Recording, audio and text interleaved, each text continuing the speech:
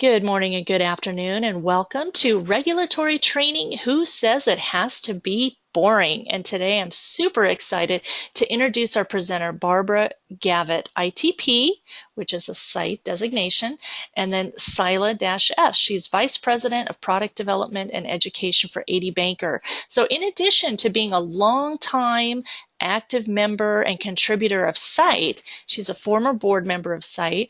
She also is on the board of directors for the Securities and Insurance Licensing Association. For the past 3 years, she has chaired the Education and Training subgroup, which has been successful in making recommendations to the NAIC regarding uniformity in continuing education. So the NAIC has so far adopted 3 of the subcommittee's recommendations, including CE webinar course guidelines and CE online course guidelines. And Barb, welcome today to SITE. I'm really looking forward to having a conversation with you and our members of SITE and guests here today about how we can jazz up our regulatory training. So welcome, Barbara. Thank you, Sandy, for that nice introduction, and welcome everyone to the webinar. Regulatory and compliance training is my life. So anything we can do to make this fun and exciting, obviously, I want to be able to share with you. So, with that said, exactly what is considered regulatory and compliance training? This type of training is mandatory in nature due to industrial or governmental laws and regulations that individuals and organizations must follow to be quote-unquote compliant. Oftentimes, in many cases, completing this training is a requirement to either get hired or maintain employment, licensure, or certification. So there are several different types of training that's considered regulatory and compliance. Having said that, I want you guys to think about this. What types of regulatory or compliance training have you personally completed or have been responsible for creating, designing, or developing? Sandy's going to launch a poll just to see what you all have experience with. So go ahead right now on the screen. All you have to do is click on the screen. You could choose more than one area. Which of these areas of regulatory and compliance training have you completed, created, or designed? And let's see which one is the top winner here. So I see people are voting. That's great. All you have to do is click on the screen. It will record your answer. And you could pick more than one on the list, so pick all that apply. And we have 78% voted. I'll give you about 5 more seconds. 5, 4, 3, 2, 1.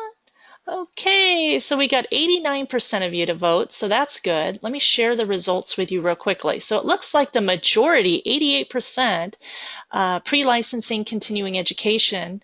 Nobody's involved in sensitivity training or hazmat OSHA, 13% safety, and 38% privacy IT security. So thanks for doing that poll. Interesting, huh, Barb? Yeah, definitely. In my world, continuing education, pre-licensing, that's mainly what I do. But I know there's all kinds of training out there. I know with my employer, we have to do ethics training, things like that. And, you know, generally, when someone has to take this kind of training, they aren't real excited about jumping right in. In fact, they may even experience feelings of dread. So from the presenter or the course design or developer aspect, we want to do everything we can to make this, you know, fun and exciting, and you know, make it effective for our learners. So let's take a look. Why does online regulatory and compliance training often get a bad rap? You know, why do you think that learners experience these feelings of dread? So I came up with a few examples of my own, and certainly if you have any others, you can either raise your hand and you know, Sandy will let you talk, or you can go ahead and put it in the chat box. So from a learner's perspective, we're talking about adult learners here, and you know, most of compliance training tends to be online training because you've got either remote employees or you can't get everyone in the same room at the same time. So this session is really just talking about online training. This type of training tends to be required, and as adults, we don't like to be told what to do. So the minute somebody says this is required of you, we're already like, yeah, I don't really want to do it because it wasn't my idea. Also, when we talk about adult learning theories, most adults need to be open to learning before it can be effective. So, being forced to have to take certain training certainly doesn't keep us open. So that's, from a learner's perspective, one reason why people, often dread doing this type of training. The old "what's in it for me?" Okay, I have to take this training. Why? How is this going to help me? Is it just something I have to do because of HR, or is it something I have to do to get a license, or for continuing ed, maybe I have to keep my license or maintain certification? But they oftentimes don't understand why they have to do it. The big one, of course, is this type of training is generally boring. There's not a lot of fun activities in this type of training. The content is usually technical in nature, often hard to understand, and can be overwhelming. Another key, issue from a learner perspective is that employees are often given a deadline to complete the training, which can further complicate procrastination. So if you have to do, sensitivity training or safety training, oftentimes all the employees have to have it done by a certain time limit. And, hey, we're all busy, so trying to fit this into our schedule is often, not an easy thing. So it takes away from the time we have to do our real jobs. So that's one of the disadvantages. And sometimes learners have to take a test or pass a test. So that can, further add anxiety to having to complete one of these training courses. So those are a few of the examples that, I have. It's, if anyone has any other, ideas or reasons why they think this type of training gets a bad rap, certainly raise your hand or type it in the chat box, and we'll go ahead and answer address your issues. I think you covered them all. Okay, great, thanks. Thanks. I think we can all agree that, it can be a pain in the neck for a lot of, learners.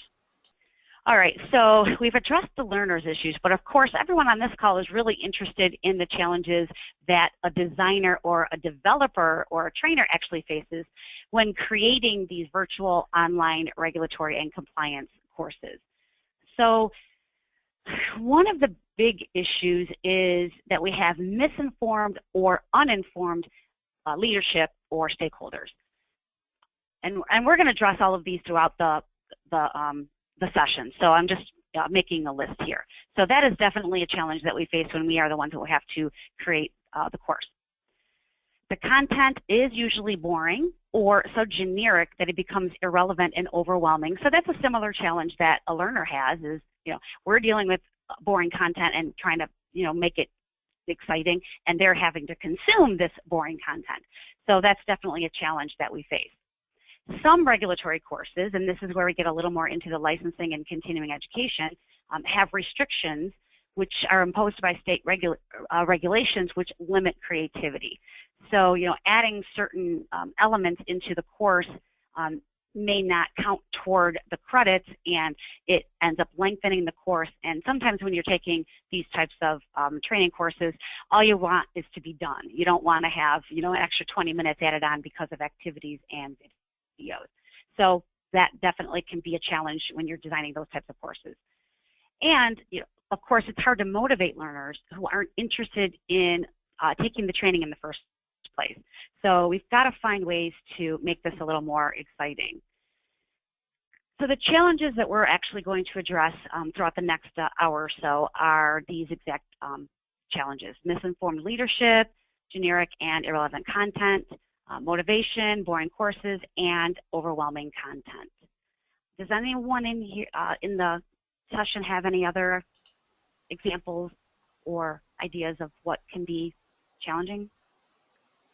So Patty comments that requires a certain amount of time, even if it can be done in less time to deliver the content. So great point. And you're welcome to raise your hand too, and we can unmute your line, assuming that, if you're using mic and speakers, a headset is great, or an internal mic that picks up your voice. So yeah. Yeah, that's a good point, Patty. You may have a training course that only takes 3 hours to go through, but the state requires that they spend 6. So, that's a good point. Okay, so let's jump right in here and talk about how we can solve some of these. Obviously, we can't solve all the world's problems, but let's see how many of these things that we can get through. And again, if you have anything to add, please raise your hand or please submit a chat, and we'll be happy to throw that in.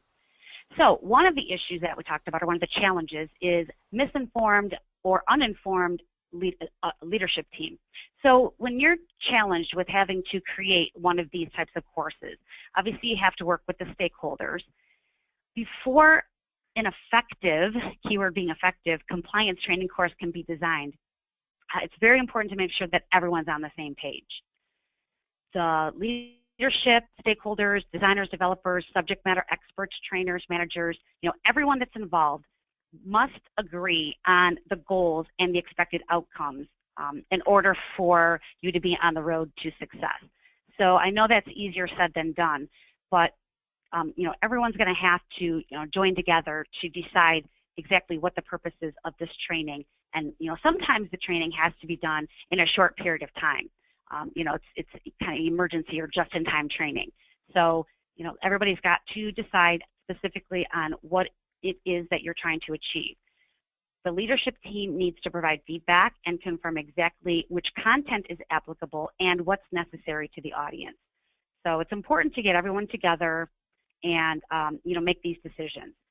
So here's some suggested solutions, and again, feel free to add anything that you want to add to this. So when we're talking about working with our stakeholders, first of all, it's important to educate and inform all of the team members. So yeah, you're dealing with people who have nothing to do with the training itself. So they don't understand what our challenges are as designers or developers. So we've got to make sure that we educate them and make them understand what's involved in creating the course and what some of the challenges are for the employees or the learners. If at all possible, it would be great to have a meeting face-to-face. That way you can talk about these challenges together in the same room. It's not always possible. There might be people that are remote. So if you can't have a face-to-face meeting, then try to host an online workshop or an online training. That way, at least you're all still looking at the same thing, and you can be on a conference call discussing what those challenges are. And as the designer or the developer, it's great if you can actually provide a demo of the tools and assessments that will be used. So that way everyone can actually see, what you're going to use to develop the course and what the learners are going to see. It's super important to make sure that the leadership team understands, like I said, the challenges that you face as a designer and the challenges that your learners are facing. Same thing's true with subject matter experts. Sometimes we have the problem where we have subject matter experts who want to include everything they know, in a course, and they think that everything is important. Well, it's, first of all, that can blow up the course, the size of the course. So it ends up being 3 times longer than it should be. So making sure that everybody has the same goals and objectives, it's really important to do that to make sure that it's concise. Now, here's a big one, and this kind of goes along with the misinformed leadership team. Excuse me. Most learners, like I use that word dread, taking this training, they're busy with their day-to-day duties. They don't have time to take out to, do any kind of, safety training or continuing education, and they don't want to waste their time on information that's not pertinent to the outcome. So they don't want to have to go through a course, and especially if this is something that's on the job training. They don't want to have to go through content that they don't need to know. They're not going to need to know it, to take a test or to keep their licenses or maintain their employment. So this goes back to the leadership team. This is why it's so important to make sure that the leadership team is in agreement with exactly which content is relevant and to make it specific to the audience's needs. Because we don't want to have something that is not going to apply to the learners. That's when they're going to shut down. So the course, if possible, should only include content about specific organizational issues.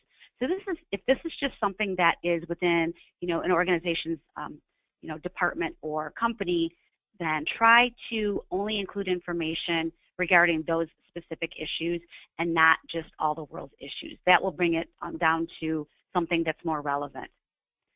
It's not always possible to remove generic content. Not every single regulatory or training course can be specific to every single learner. I mean, it's important for you to know your audience and know what's important to them, but that's not always possible. So if there is generic content that must be included, you've got to engage the learner in the content so that they can relate. We don't want them to lose interest.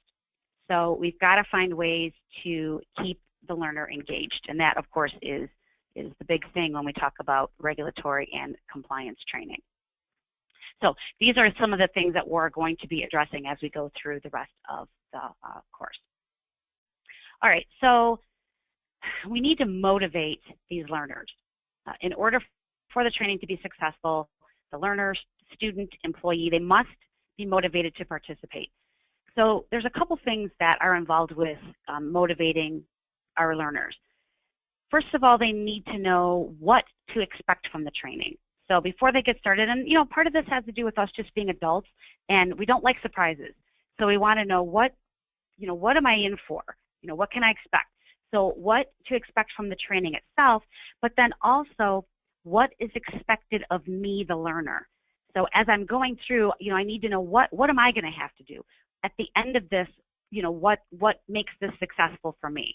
So those are two important things to ensure motivation with the learners. So first of all, let's talk about what to expect from the training itself. So adult learners need to be open to learning, like we said earlier.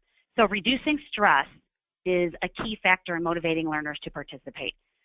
Not everyone is familiar with or comfortable with the virtual or the online platform. Many learners are just used to live class. So there's something that we've got to do to be able to make sure that they understand, how the course is going to work, navigating the LMS. So before starting the training, it's beneficial to provide a tutorial on how to navigate the course and what to expect as they actually go through the course. If they are, stumbling through the course, that's just going to cause further confusion and frustration, and it's going to shut the learner down, and they're going to get less out of the course. So it's very, very important to make sure that we, provide this type of, training to reduce their overall stress. So we want to make sure that we encourage success and to keep them motivated. Does anyone have anything to share or add as we go through? I put out a little chat to the audience, and I asked, what do you think of the idea of providing a treasure hunt items throughout the training, and those who find the nuggets or the keys throughout the course first get a lunch with key leaders? Would that be too scary for those completing the required courses? What do you think of that, Barb? Well, I love, I think food is a great motivator. And probably the food would be better than the key leaders. No, definitely, I think that's a great idea because that will give them a purpose to actually go through and, do some of the searching and the navigating.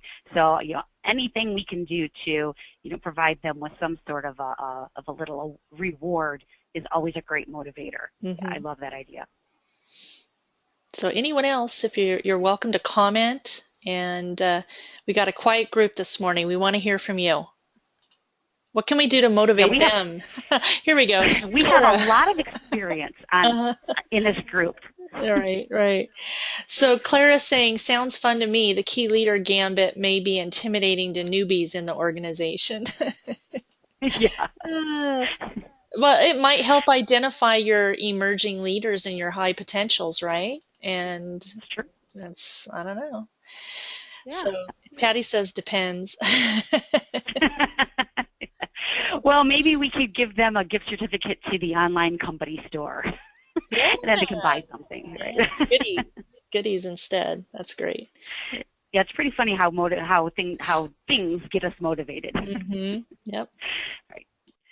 All right, so obviously the learner has to know what to expect from the course, but it's also very important that they know what's expected of themselves. What are the goals and the learning objectives, this kind of goes back to what's in it for me. You know, what do they have to know, or what is the purpose of this training? So that way the learner knows what the key elements of the course are and what they need to be successful. So, you know, it's important for them to know not just, you know, the fact that they're learning, but how are they going to have to put it to, you know, practical use.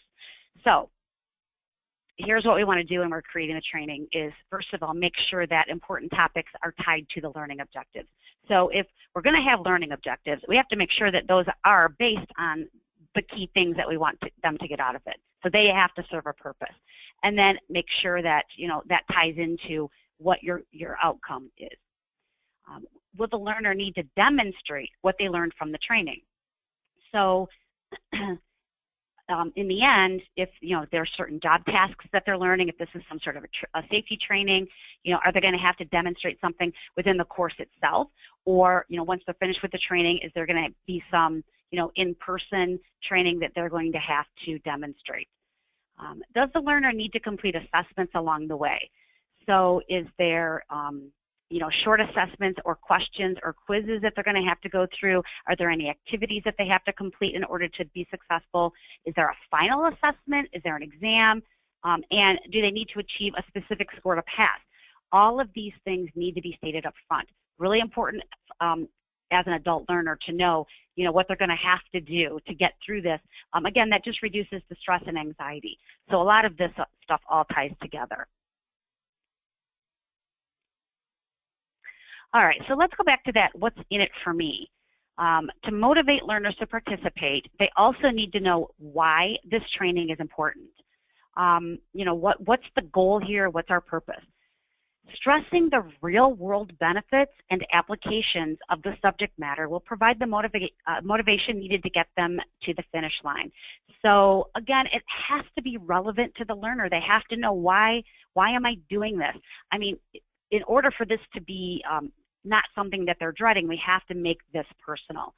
So, you know, going back to making sure that we have, you know, relevant information and putting it in a way that these learners can relate to it. We've got to stress what these benefits are. You know, what's the purpose of me doing this? You know, why do I have to? How am I going to be applying this? Does it affect my day-to-day job?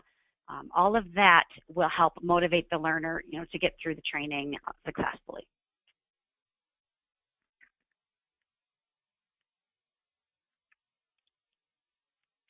All right, I think that this is really the crux of the presentation.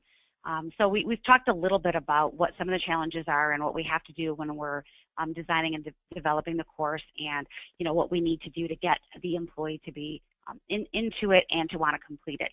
But there's things that we can incorporate within the course itself to avoid it being a boring course, because that's probably the biggest factor that prevents people from wanting to jump right into this type of training, is that they're just dreading how boring it's going to be, and it's just like, you know, pulling teeth and you know, poking their eyes out, so to speak.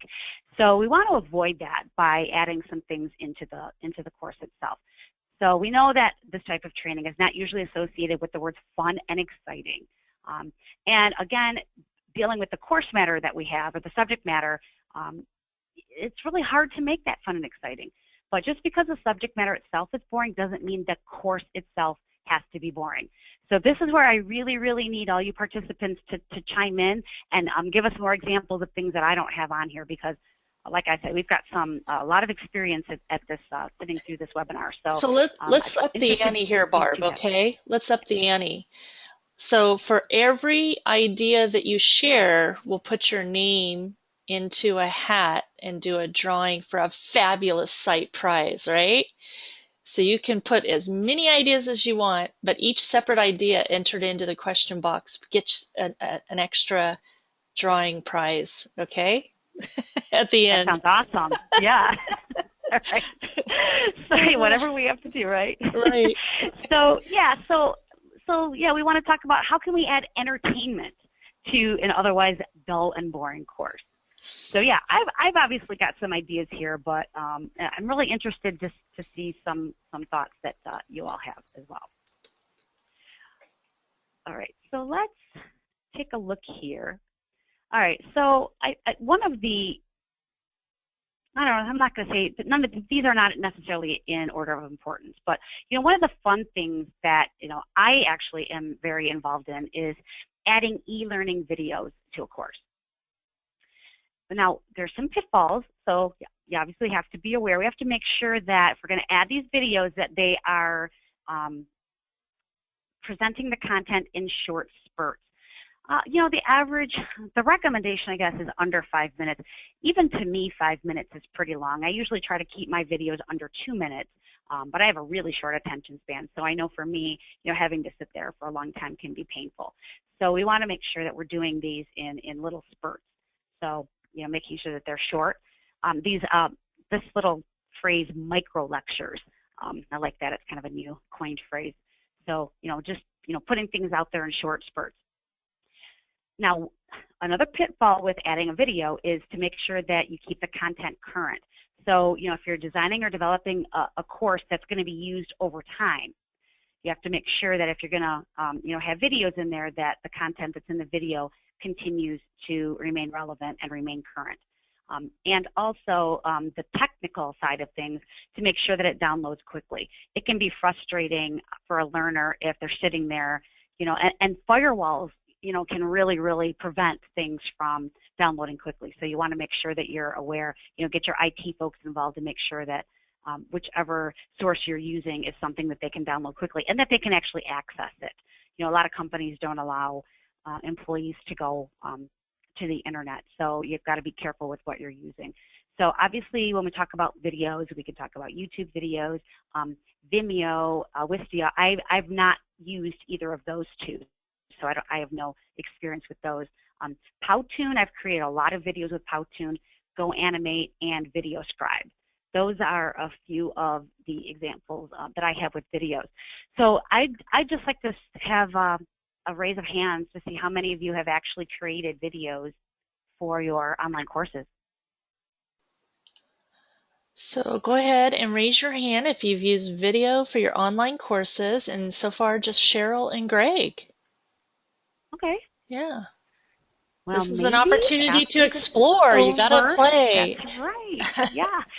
So as I mentioned, I actually have experience with a couple of these, and I've got a couple I want to show you. Now, there's no sound because of the technicalities of doing our webinar, but this one is a Powtoon video.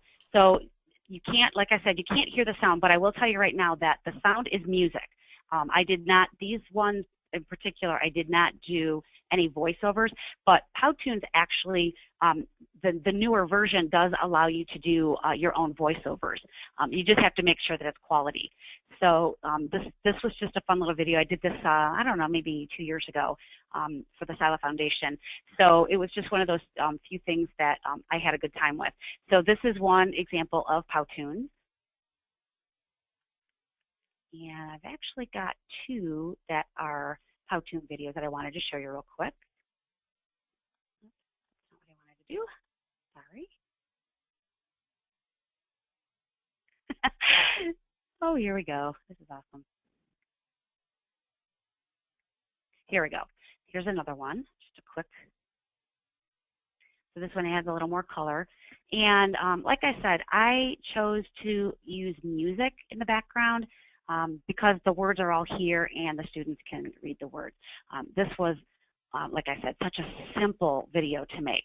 So these first couple are examples of the Powtoon videos. Now this last example that I have is a VideoScribe. So this one is, there's whiteboard ones that are out there as well. So this one's very similar to that, where it just looks like, and this is not my hand, but where you can, you know, make a video, and so there's talking in this one. So while this is drawing, I actually recorded my own voice, and I provided relevant information regarding the Sila Foundation. So this one is all talking, it's not music. This was another one that did not take me very long to create, and these were free, by the way. Using these, you just have you sign up for a free account. So they were really fun little things for me to do. So those are a few examples of some of the videos that I did. So if you are interested in giving it a shot, give those a try and see what you think. I'd be really interested to see it. And if anybody has had any experience with any of the other examples, I'd really, really be interested to see, how those worked out for you, because I'm always looking for new ways to add videos. All right, so adding videos to e-learning, that's one example of what we can do to avoid a boring course. So let's talk about some others. Another one is adding background music.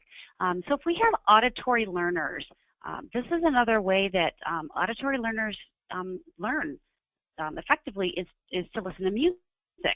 So if you have the capability of adding music to your online courses, that's just another element that can take away the boring. Now, of course, you've got to make sure that the music isn't distracting, and not everyone likes music. So if it's possible, maybe through your LMS, you can have a mute button. I know with the videos that we incorporate in our courses, you can bypass those if it's not your cup of tea. But having that availability there, can play to the different learning styles. So background music is a fun way to, and obviously you're not going to do this throughout the whole course, but there might be certain things, maybe exercises or things like that, that you have it set to music. So that's a fun thing. And adding graphics. Graphics, fun ways to illustrate a concept.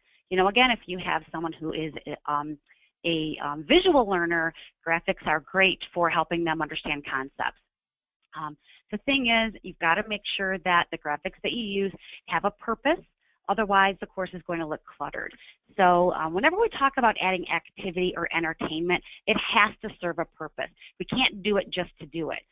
So make sure if you're going to choose any pictures or music that it's to enhance the learning and that it doesn't distract away from it.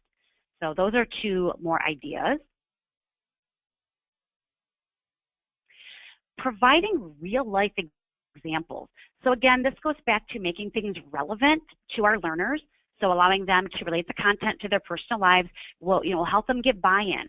So when they're going through, some of the courses, whether it's, pre-licensing or continuing ed or safety training or, OSHA, making sure that the examples that you use are things that the learner can relate to. Because again, as adult learners, we learn when we experience things. So if we can, relate what we're trying to learn to something that we've done in real life, that will just really help make this an effective course. When possible, be optimistic. Of course, we, that's a given. But also add humor, as long as the humor is relevant and appropriate. I laughed. I saw this this graphic and I had to laugh. I used to be a banker, and used is misspelled, but then I lost interest. So if you get it, banker's interest. So, anything, you can do to get a little chuckle or, telling, stories that, add a little humor. It's got to be appropriate, remember, and it's got to be something that is, pertinent to, the information that the student is learning. Teaching pre-licensing courses, I will add, little jokes here and there, but they're always relevant to insurance, and they always actually bring home a test point. So whenever you can do that, that just makes the course a little less painful, if you will. So we've got real-life examples. So we've talked about videos, adding music, graphics, providing real-life examples, adding humor. Now, this is a fun one, and I stumbled across this article on using color in an online course. So, obviously it's great to have, color added, but I didn't realize, I guess I've heard of this before, but I didn't realize to this extent that colors all have a different mood. So I came across this, and I thought it was just fantastic for things that you want to do within your own course. If you want to add, color, for a background or, for certain activities. I'm not going to read through all of these with you, but you can see that they've got colors associated with different feelings. So if you're, trying to have, a happy feeling, use more yellows. Purple is mysterious. White, clean. So anyway, so those are some great examples of how you can use color to, enhance your course. So obviously, so we've got a lot of the artistic things. like we said, the music, the graphics, the color. So those are all things that can kind of snap us out of something being boring. Storytelling. Storytelling, again, is another great way to draw the learner in, get them engaged, get them participating. Again, you want to make sure that the story is relevant to the content. Include details, as many details as you can. Make sure, again, that everything's relevant. Add attention grabbers, sort of like an icebreaker, but something that you can do in an online course. Telling a story that shocks somebody, or gets them wanting more, something that's mystery, something that appeals to the learner's emotions. Those are all things that get them attached, it gets them engaged, it gets them wanting more. So that's one great thing. And if you can use a story and thread it throughout the entire course, that kind of strings everything together. So it keeps everything going, and it keeps it flowing. So I think that's a great idea. I personally haven't done this, but I think it's a fantastic idea. Branching scenarios. So this is really a great idea when it comes to training with things like safety training or compliance training, or things that your learners have to do on the job and they have to perform a certain way.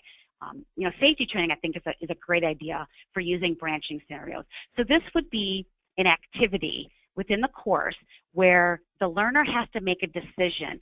So they'll click on you're working in a factory and you see water spilled on the floor. Click on what you think we should do next, or going through door 1 or door 2, and that will lead them through a path. Now, the cool thing about a branching scenario is it's safe.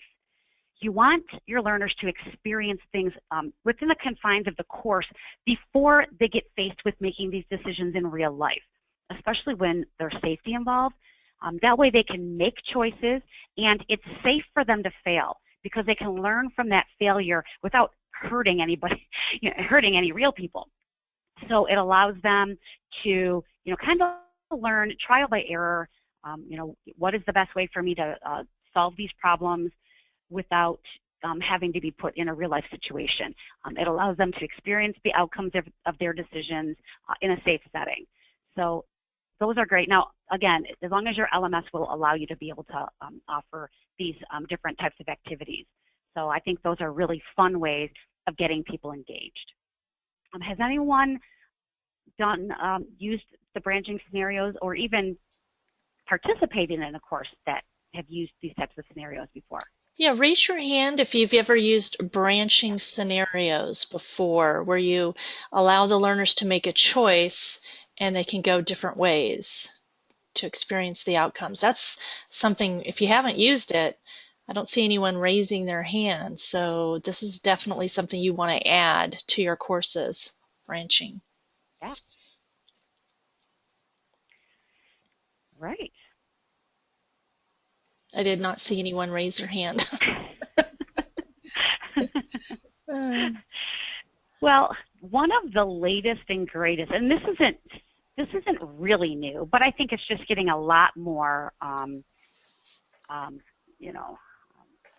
exposure, is gamification.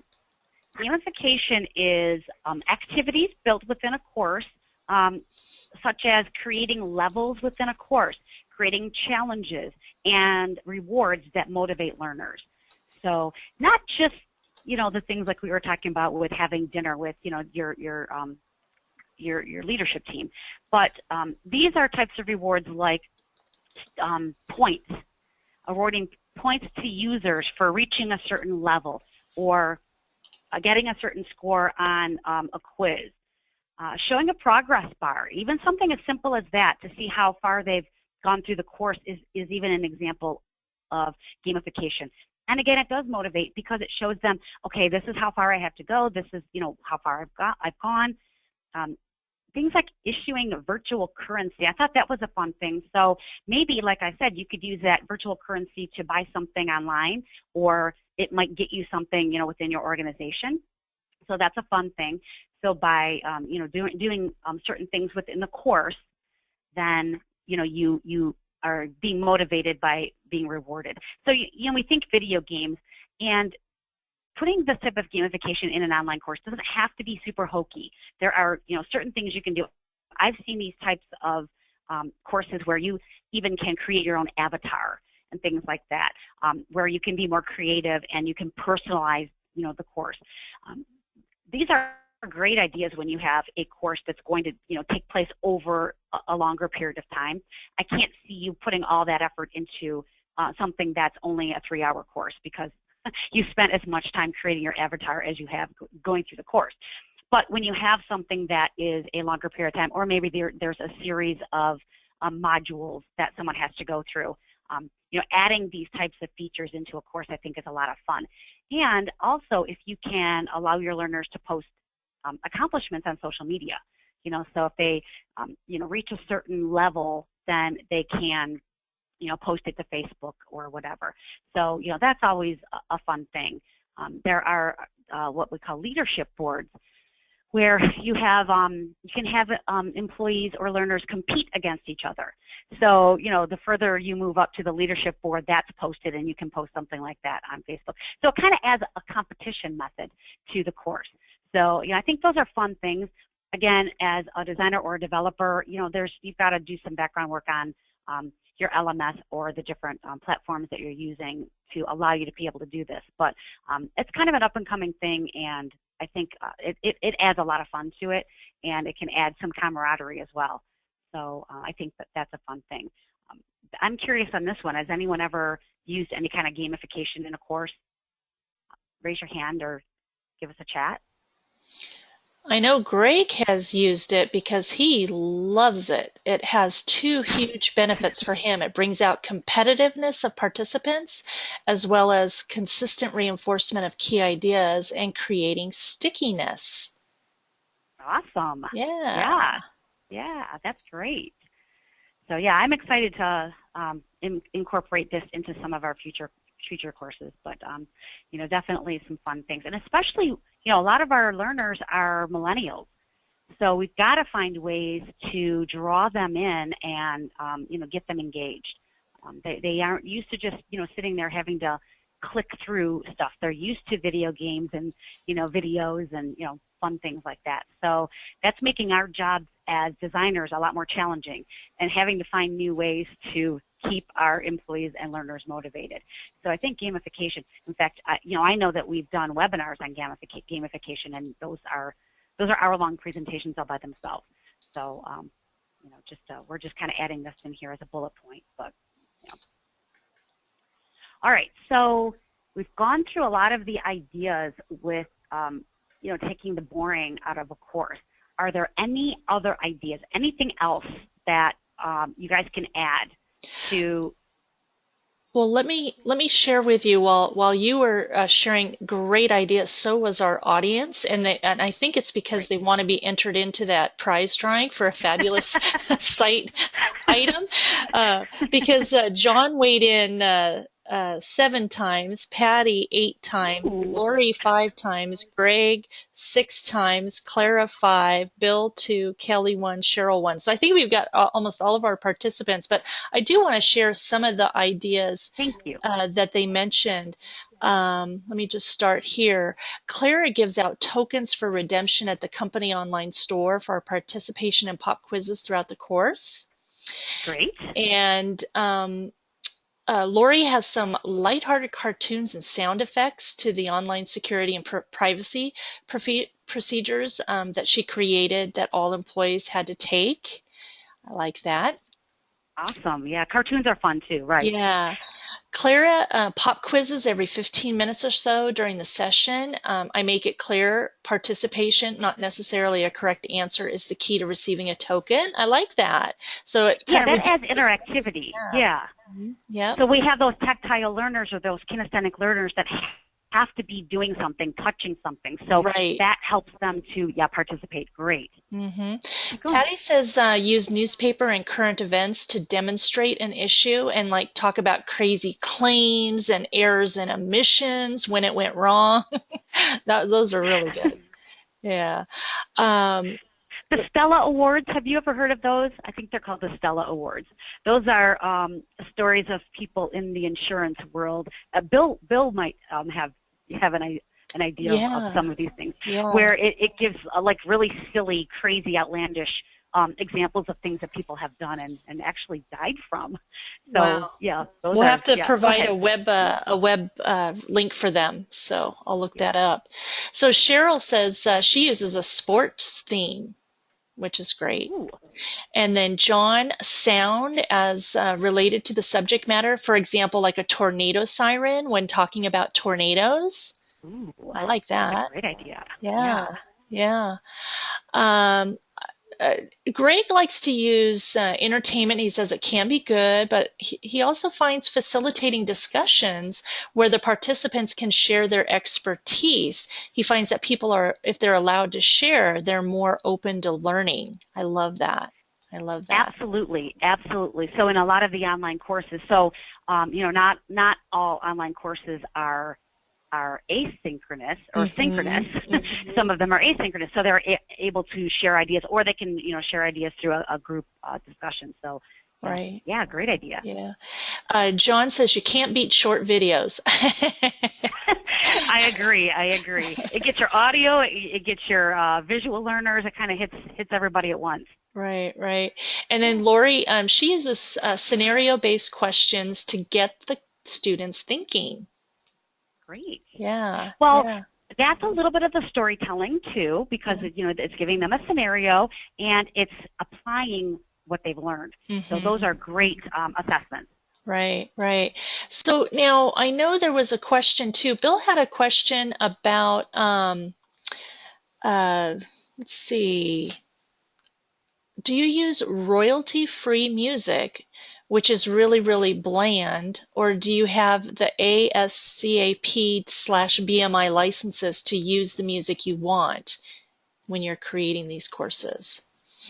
Well, for me personally, the ones that I've used are actually built into, because I've done this only through the Powtoons platform. So they actually have music that that you choose from.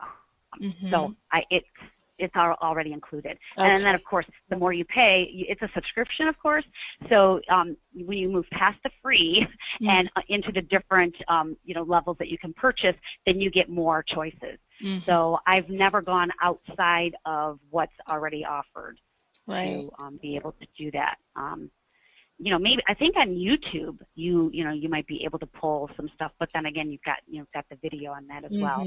So, but that is a really great point. I mean, you can't just go out there and just pull any kind of music without thinking about the consequences of copyrights and things like that. Right. So, Patty wants to know a little bit more from Clara. How do you give out tokens with an online course? So I know there's lots of virtual tokens and scoreboards and things that you could do, but if you have anything you could share with Patty in your question box, that would be great. So thanks for taking time out. I think we've got almost everyone to contribute at least once. But some people have more chances to win than others. And the competition continues. Yes, it does. You still have time. If you've gotten in a comment in the question box, it's not too late. Yeah, because sharing this kind of stuff, gosh, we can. I've written down all those ideas. I think these are great. And I will be saving these too. I'll send out the script for everyone. Great. Thanks, Sandy. All right, the last challenge that I want to address is overwhelming content. So we've talked about all these great and fun things that we can add to the course, but the course itself can still be overwhelming. So this is one of the challenges that a lot of the learners have, is because we've got some of the technical terms and there's certain requirements that have to be built into the course can become overwhelming. So let's take a look at this one. We know that the content of these training courses is often considered overwhelming just by technical nature. So when learners have a hard time understanding the content, they lack the motivation to continue, and that also reduces retention. So there's some things that we need to be cognizant of. And again, this can also go back to who your subject matter experts are and making sure that they're providing the content that you're developing these courses on in a manner in which the learners can consume it. because not everyone has the same expertise level. So if you know your audience, and whatever we talk about designing courses, that's the key, is making sure that you know your audience, making sure that you're bringing it down to the level that they're going to understand it. Otherwise, they're going to give up, get frustrated, and just go through the motions. So this also can spill over into the entire course itself being overwhelming. So because many of us have short attention spans, myself being one of them, we've got to make sure that we design these courses and make them more manageable and easily consumed, because we want to motivate and we want them obviously to get something out of the course, and we don't want people to be frustrated. So let's talk about things that we can do to reduce the overwhelmingness of a course. So again, this is not a new concept, but when we talk about breaking a course down and making it consumable, the one word that always comes up, buzzword, I think Beth was looking for that word earlier, the one buzzword that we have is chunking. So one of the first rules when designing this type of training is to chunk the content into bite-sized modules. So if you've ever been through an online course that's just a PDF and you just scroll and scroll and scroll, you lose sight of what it is you're supposed to be learning. And basically it just, has you reading stuff and not really getting involved. So by chunking the content, you're just putting it into little bite-sized consumable, modules. When we chunk, so, say that you have, on your screen only a short paragraph at a time, things that you can do to, just kind of eliminate putting too much on the screen. This enhances the knowledge retention. So you're just presenting a few concepts at a time. It gives the learner a chance to absorb, to understand it. So you can throw some content in there, and then every couple of screens you throw a video, you throw a scenario in there, you throw a retention question in there, but you're breaking up the content when you do that, and that makes it a lot easier to digest. This also allows the learner to set mini goals by completing multiple sessions in a shorter period of time. So if you chunk these into little modules, instead of having one big, huge, giant course, which is a 4-hour course, if you, put this into several different modules, then, we kind of like check the list off, sort of like your to-do list at the end of the day, as many little, little things that you can check off. That makes you feel like you're accomplishing something and you're motivating. I always laugh, when you ever hear that comment, how do you eat an elephant? One bite at a time. Right. I don't know if you've ever heard that before. Oh, yeah. So, obviously, when you're consuming one of these courses, that's like the elephant. And, sometimes it's overwhelming just to think about everything, especially in my world when you have a 40-hour or, Patty's in California, the 52-hour course. Gosh, it's just so overwhelming to know you have to spend all that time. But if you can break it down into little mini modules, it just makes it so much easier to consume. And you kind of keep that motivation going. All right, so also to try to take the course away from this overwhelming feeling, using bullet points when you can. Try to make things a little more concise, breaking down the content. Also, when you're building these learning modules, we talked about the time frames here. Trying to make these modules, 3 to 7 minute increments to match our memory capacity. This is a really big thing when we talk about, studying, is to only study what you can manage. So by breaking this down, and 3 to 7 minutes must be some sort of a scientific breakdown, but, it makes sense to me to have it in shorter periods of time so that, you can learn it. A lot of times the things that you're trying to learn, or the goals here to have your learners, absorb is short term. So, you want to make sure that you're giving them time to digest it and, to get through it. So, again, that just helps motivate and helps keep them going. So that's, those are some ideas. All right, so we got to always go back to the basics here when we talk about overwhelming content. Sometimes less is more. So another factor that can cause a course to become overwhelming is to try to cram too much activity into one course. So not just talking about content now. Now we're talking about, activity. So we just went through and talked about all those great things that we can do to add entertainment and to make things, fun. But we have to be careful not to overdo it. And I've seen this happen time and time again, where we're so worried about getting activity that we overstimulate our learners. Too much color, too much graphics, too much stimulation, that can have the opposite effect and can cause the learner to be overwhelmed as well. So it's finding the right balance.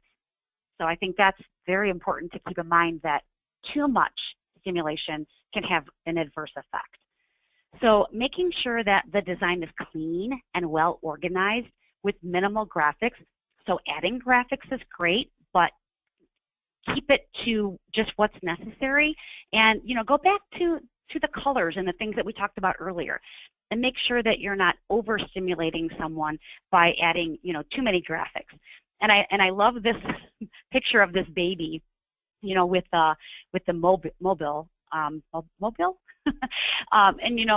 when we think about our little babies and stimulating them with color and things, this is just a perfect example of getting overstimulated, and they have too much to look at. So they can't even focus on one thing at a time.